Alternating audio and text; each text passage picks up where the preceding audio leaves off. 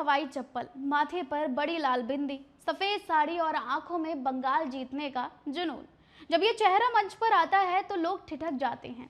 कई कहते हैं कि ये ममता बनर्जी की नकल है, तो कई लोग कहते हैं कि ये तृणमूल कांग्रेस की अगली स्ट्रीट फाइटर। सिनेमा के रुपहले पर्दे से निकलकर राजनीति के कीचड़ में अपना कमल खिलाने वाली ये शख्सियत आज किसी पहचान की मोहताज नहीं है। हम बात कर रहे हैं जादवपुर की सांसद और टीएमसी की नई पीढ़ी की सबसे मुखर आवाज सायोनी घोष की। आज की कहानी उस अभिनेत्री की है जिसने लाइट्स, कैमरा, एक्शन को छोड़कर जनता, संघर्ष और क्रांति का रास्ता चुना।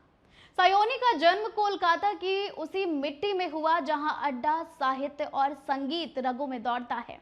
2010 में अच्छे दाना से शुरू हुआ सफर शत्रु और राज कहानी जैसी फिल्मों तक पहुंचा।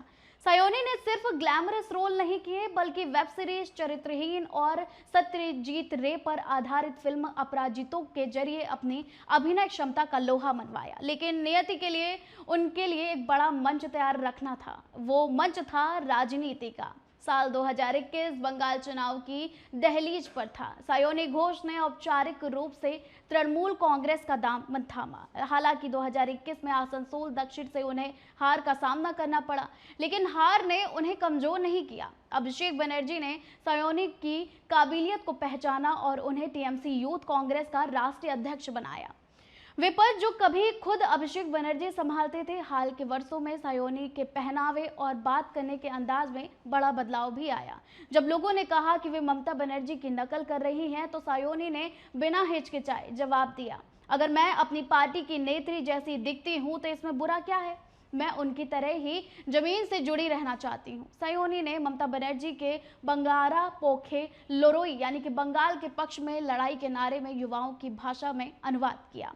उनके भाषणों में बंगाल में और लोराई चोलबो जैसे शब्द बिजली की तरह दौड़ते हैं। सायोनी घोष के साथ विवादों का चोली दामन का साथ रहा है। 2021 में एक पुराने विवादित ट्वीट को लेकर वे भाजपा के निशाने पर भी आए।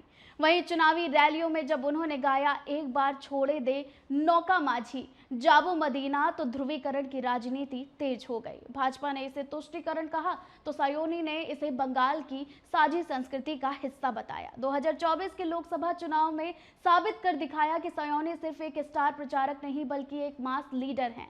जादवपुर जैसी प्रतिष्ठित सीट से जीत हासिल कर उन्होंने विरोधियों के मुंह बंद कर दिए।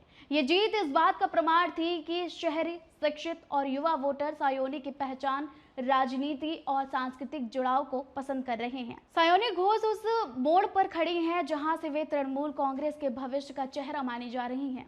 सिनेमा से सांसद तक का ये सफर संघर्षों, विवादों और बेबाक बयानों से भरा रहा। क्या सायोनी वाकई ममता बनर्जी की असली राजनीतिक उत्तराधिकारी बन पाएंगी? क्या वे अपनी एक अलग स्वतंत्र लकीर खींच पाएंगी? वक्त जो भी कहे, लेकिन एक बात तो तय है कि बंगाल की राजनीति में अब सायोनी घोष की आवाज को अनदेखा करना नामुमकिन सा है, क्योंकि ये वो मेये यानी कि बेटी हैं जिसे पता है कि लहरों के खिलाफ नाव कैसे खेलनी है।